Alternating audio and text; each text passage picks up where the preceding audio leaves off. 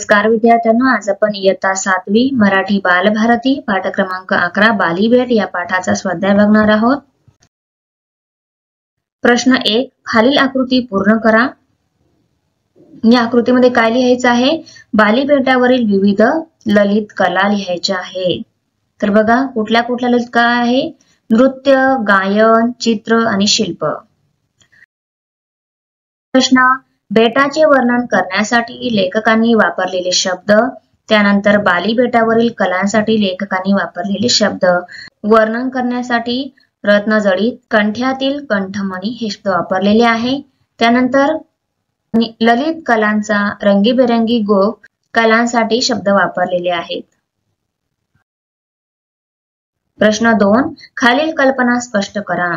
उत्तर, बालीबेट म्हणजे रत्नजडित कंठ्यातील कंठमणी आहे। उत्तर, एखादा रत्नजडित कंठा फेकून दिल्यावर त्यातील मणी सभोवा विखरावेत तसा पाचूच्या बेटांचा पुंजका म्हणजे इंडोनेशिया देश आहे। त्या कंठमण्यातील महत्वाचा मुख्य कंठमणी असतो तसे बालीबेट आहे, म्हणून बालीबेट हे रत्नजडित कंठ्यातील कंठमणी आहे असे लेखक म्हणतात। हा प्रश्न, बाली हा टुरिस्टांचा स्वर्ग आहे। उत्तर, बालीचे पर्यटन खाते अतिशय तत्पर आहे। इथले कार्यकारी पर्यटकांचे मनपूर्वक स्वागत करतात, म्हणून बाली हा टुरिस्टांचा स्वर्ग आहे असे लेखक म्हणतात। ही प्रश्न, या बेटावर घड्याळ नावाची गोष्ट नाही। उत्तर, लेखक अगदी अपरात्री हॉटेल सागर बीच मध्ये दाखल झाले तरीही हॉटेलातील स्वागत विभागातले चपल तरुण चेहऱ्यावरचा जागरणाचा जराही ताण न दाखवता स्वागत करीत होते। त्यावरून लेखक म्हणतात की ह्या बेटावर घड्याळ नावाची गोष्ट नाही। ही प्रश्न, बाली बेटावरील बाग एकत्र कुटुंबासारखी वाटत होती। उत्तर, सागर बीच हॉटेलची समुद्र किनाऱ्यालगत एक गर्द बाग होती। त्यात माडा पोफळीचा राया होत्या, फुलांनी बहरलेली रोपटी होती। फुलबाग भल्या पहाटेची टवटवीत होती। फुले मिस्किलपणे पाहुण्यांना निहाळत होती। वृद्ध वृक्षांचा समुदाय डुलक्या घेत होता। या सर्व कारणांमुळे बालीबेटावरील ही बाग त्या माणसांनी लेकी सुनांनी भरलेल्या नांदत्या एकत्र कुटुंबासारखी लेखकाला वाटत होती। 3 नंबर प्रश्न, खालील मुद्द्यांच्या आधारे बालीबेटाची माहिती लिहा। तर ह्या मुद्द्यांच्या आधारे बालीबेटाची माहिती लिहायची आहे। स्थान, घरे व हॉटेल्स, टुरिस्ट खात्याची तत्परता, निसर्ग सौंदर्य, या बेटाचे बदलते रूप। तर ही सर्व दिलेली आहे माहिती। प्रश्न 4, खालील ओळींचा तुम्हाला समजलेला अर्थ लिहा। तर पहिली ओळ आहे, पहाटेला स्वप्नांची परिसमाप्ती होते म्हणतात। उत्तर, रात्री झोपेत स्वप्न पडते। स्वप्नांची दुनिया अद्भुत व रम्य असते। पहाटे जाग आल्यावर ही स्वप्नांची दुनिया निघून जाते, म्हणजेच पहाटेला स्वप्नांची पूर्ण समाप्ती होते। हा प्रश्न, 5 मिनिटांतच बालीबेटाने माझे घोरणे ऐकायला सुरुवात केली। उत्तर, हॉटेलचा स्वागत कक्ष अतिशय तत्पर व उत्साही होता। रात्री अपरात्री लेखक हॉटेलमध्ये आले तरी त्यांचे स्वागत करताना त्या तरुणांच्या चेहऱ्यावर जागरणाचा जरा सुद्धा ताण नव्हता। त्यांनी पटापट प्रवाशांच्या नेमलेल्या खोल्या दाखवल्या। लेखकांनी त्या खोलीत प्रवेश करताच ते एकटे गाढ झोपी गेले की ते शांतपणे घोरू लागले। ही प्रश्न, वेलींचेही अंगधुणे झाले होते। उत्तर, सागर बीच हॉटेल भोवतालची बाग पहाटेची खूप ताजी टवटवीत होती। फुलांनी बहरलेली रोपटे पहाटे पाहुण्यांकडे मिस्किलपणे डोळे मिचकावीत पाहत होती। पहाटेच्या दवामुळे वेली ओल्या झाल्या होत्या, जणू काही वेलींची अंघोळ झाली होती, त्यांचे अंगधुणे झाले होते। ही प्रश्न, त्या भाटांची उणीव मी माझ्या गाण्याने भरून काढत होते।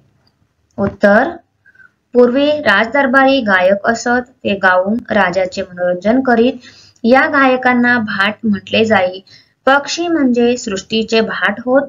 पहाटे पक्ष्यांची किलबिल लेखकांना ऐकू आली नाही, म्हणून तेच गाऊ लागले.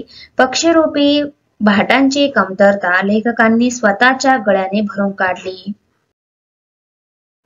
विचार करा आणि सांगा, बेटावर पक्षी का नसतील? उत्तर, बाली बेट निसर्गरम्य आहे, पण तिथे लेखकांना पक्षी दिसले नाही. बदलत्या जागतिक यांत्रिकीकरणाचा प्रभाव बाली बेटासारख्या सुंदर स्थानावर नक्कीच झाला. पक्ष्यांना हवा असलेला मोकळा अवकाश तिथे पक्ष्यांना भेटला नसावा, त्यामुळे कदाचित बाली बेटावर पक्षी नसावे. आज शहरात चिमण्या का दिसत नाहीत? उत्तर, पूर्वी अंगणे असायची व त्या अंगणामध्ये दाणे टिपायला चिमण्या गोळा व्हायच्या. आता शहरांमध्ये छोटी कैलारू अंगण असलेली घरे राहिली नाहीत. उंच इमारतीमुळे झाडे कमी झाली. टीव्ही अँटिनांचे व मोबाईल टॉवरचे प्रमाण वाढले. मोकळी मैदाने कमी झाली. ध्वनी प्रदूषण वाढले. अशा प्रकारे वाढलेल्या यांत्रिकीकरणामुळे आज शहरात चिमण्या दिसत नाहीत. प्रश्न, खालील शब्दांचा अर्थ समजून घ्या. टुरिस्टांचा स्वर्ग या शब्दाचा अर्थ काय आहे? स्वर्ग ही नंदनवाची काल्पनिक सृष्टी आहे. स्वर्गात सर्व सुखे आहेत असा समज आहे. बाली बेट हे प्रवासी माणसांना अत्यंत सुखकारी असल्यामुळे त्यास टुरिस्टांचा स्वर्ग असे म्हटले आहे. किर्र जंगल शब्दाचा अर्थ आहे गच्च झाडी असलेली जंगल, घनदाट जंगल. त्यानंतर ऋषभ माणसे. उत्तर, अतिशय भोळी भाबडी मनाने निर्मळ असलेली माणसे, पापभिरू माणसे. त्यानंतर गाणारे भाट. उत्तर, राजाचे मनोरंजन करणारे दरबारी गायक. तंबूतला सिनेमा. गावोगावी तंबू ठोकून व कनाती लावून त्यामध्ये सिनेमा दाखवणे याला टूरिंग असेही म्हटले जाते.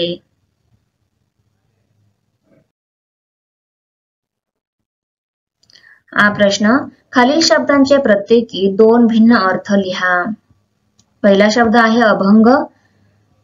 पहिला अर्थ न भंगणारे, दुसरा अर्थ ओव्या असलेला एक मराठी छंद प्रकार. त्यानंतर बोट म्हणजे होडी. बोट म्हणजे शरीराचा अवयव, हाताचे बोट. त्यानंतर ही प्रश्न आहे, खालील शब्दांचा वाक्यात उपयोग करा. उभयता. वाक्यात उपयोग, मामा व मामी उभयता पूजेला बसले. यत्किंचितही याचा अर्थ आहे दुपारचे 12 वाजले तरीही मला यत्किंचितही भूक लागली नाही. चौघडा. अर्थ आहे लग्न म्हणले की सनई चौघडा आलाच. चित्रविचित्र. वाक्यात उपयोग, जंगलात चित्रविचित्र भाषा बोलणारी माणसे होती. शोध घेऊया. प्रश्न, अंतर्जालाच्या साहाय्याने आशिया खंडाचा नकाशा पहा. आशिया खंडातील कोणकोणत्या देशांना समुद्र किनारा लाभला आहे व त्या समुद्रात कोणती बेटे आहेत याचे निरीक्षण करा व त्यांची नोंद करा. तर बघा, इथे देश लाभलेला समुद्र किनारा आणि तेथील बेटे दिलेली आहेत. भारत देशाला लागले समुद्र किनारा आहे अरबी समुद्र. तेथील बेटे आहेत लक्षद्वीप बेटे, अंदमान निकोबार बेटे. जपान लाभलेला समुद्र किनारा आहे सी ऑफ जपान आणि तेथील बेटे आहेत गोनिन बेटे, वाल्कॅनो बेटे. रशिया सी ऑफ समुद्र किनारा आहे ॲखोटस कुरिल बेटे. अमेरिका अमेरिकन मेडिटरेनियन सी, तेथील बेटे आहेत अलास्का बेटे, चॅनेल बेटे. हा प्रश्न, अंतर्जालाच्या सहाय्याने अंदमान व निकोबार या बेटांची माहिती खालील मुद्द्यांच्या आधारे. तेथील रहिवासी. तेथे आदिवासी समाजाच्या विविध प्रजाती राहतात. इंग्रजांसोबत झालेल्या लढाईत तेथील अनेक आदिवासी मारले गेले, त्यामुळे त्यांची संख्या आता खूपच कमी झाली आहे. त्यानंतर आदिवासींचे जीवनमान. उत्तर, सुरुवातीला आदिवासी त्यांच्या बेटांवर कुणालाही येऊ देत नसत, त्यामुळे त्यांच्या जीवनमानाविषयी फारशी माहिती उपलब्ध नाही.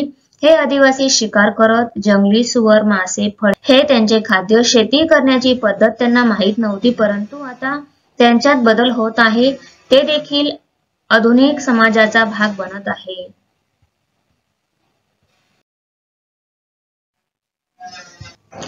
निसर्ग सौंदर्य. घनदाट जंगल व चौफेर पाण्याने वेढलेले हे प्रदेश नैसर्गिक सौंदर्याने नटलेले आहेत. तेथील सोयी सुविधा. उत्तर, सुरुवातीला आदिवासी त्यांच्या बेटांवर कोणालाही येऊ देत नसे, त्यामुळे तेथे कोणत्याही सोयी सुविधा नव्हत्या. परंतु आता या समाजात बदल होत आहे. आदिवासी मुलं शाळा शिकत आहेत, ते हिंदी व इंग्रजी भाषेत शिक्षण घेत आहेत, त्यामुळे त्यांच्यात थोड्याफार प्रमाणात आधुनिक संस्कृतीची जोपासना होत आहे. प्रेक्षणीय स्थळांच्या संदर्भात खाली काही मुद्दे दिली आहेत. त्यांच्या आधारे तुम्ही भेट दिलेल्या एखाद्या प्रेक्षणीय स्थळांचे वर्णन लिहा.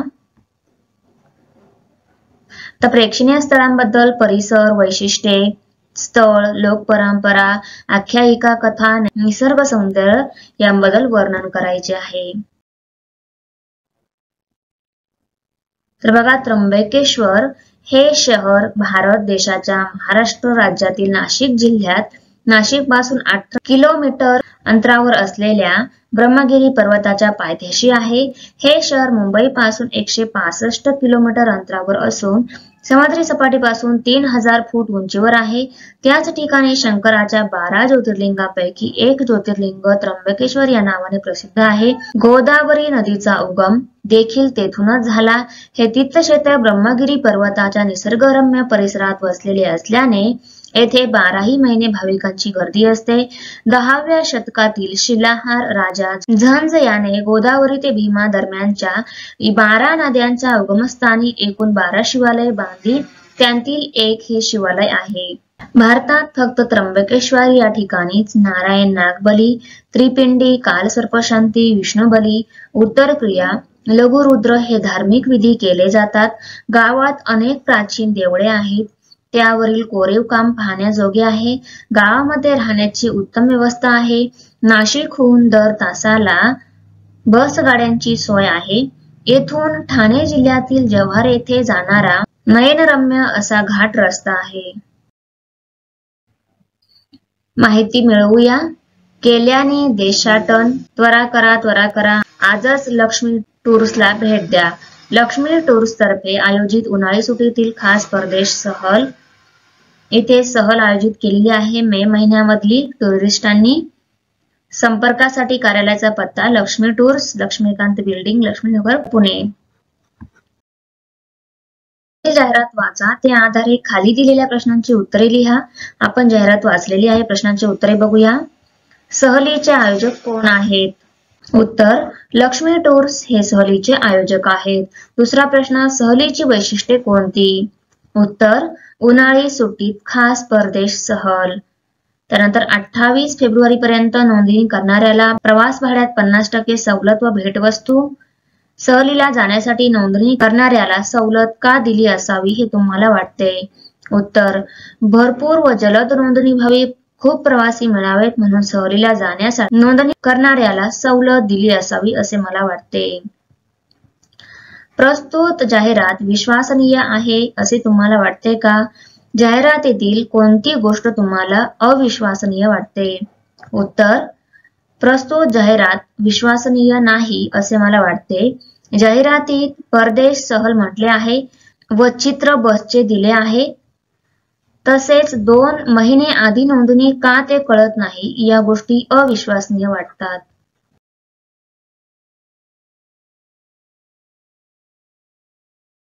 व्हिडिओ आवडली असेल तर आमच्या चॅनलला सबस्क्राईब करा, बेल आयकॉन प्रेस करा, लाईक करा, कमेंट करा आणि शेअर करा. तर भेटूया पुढच्या व्हिडिओमध्ये. बाय.